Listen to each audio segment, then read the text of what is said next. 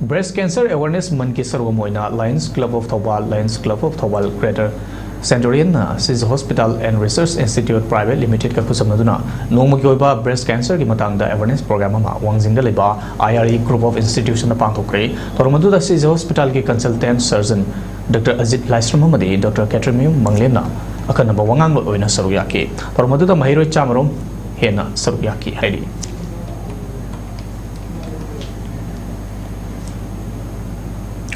Naga People's Front na Naga political issue ke asigidama lebli amadi makoina karigumba ikai kumna ningai oiba waroisin ama purakpagi mikupam laglabadi makoina sakti dagi kumthabagi apamba du lei haiba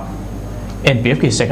secretary general amadi MLA atumbemo ki konna phongokre kohima da pangthokpa central officer bearer Singh Central Executive Council ge core committee member amadi tongan ba front end cell gi wasak lobagi thoromda phongokibani kohima da pangthokpa central officer bearer Singh Central Executive Council gi member core committee member amadi tongan ba front end cell gi wasak lobagi thoromda wangang laduna party sen matam pumbada nagamiam gi aningba apamba maduda thabak tawduna lagli makoina political gi khudong saba phangmana tawde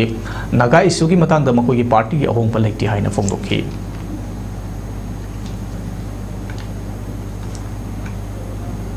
Naga People's Organization NPO Senapati na hokiba October 18 da Daily Village Kangpokpi da thokiba tawdoma kamari lena na thokiba press release adu thado Students Association TSA na yamna hakchina lawi haina association na sina thadrokpa chirolama da hairi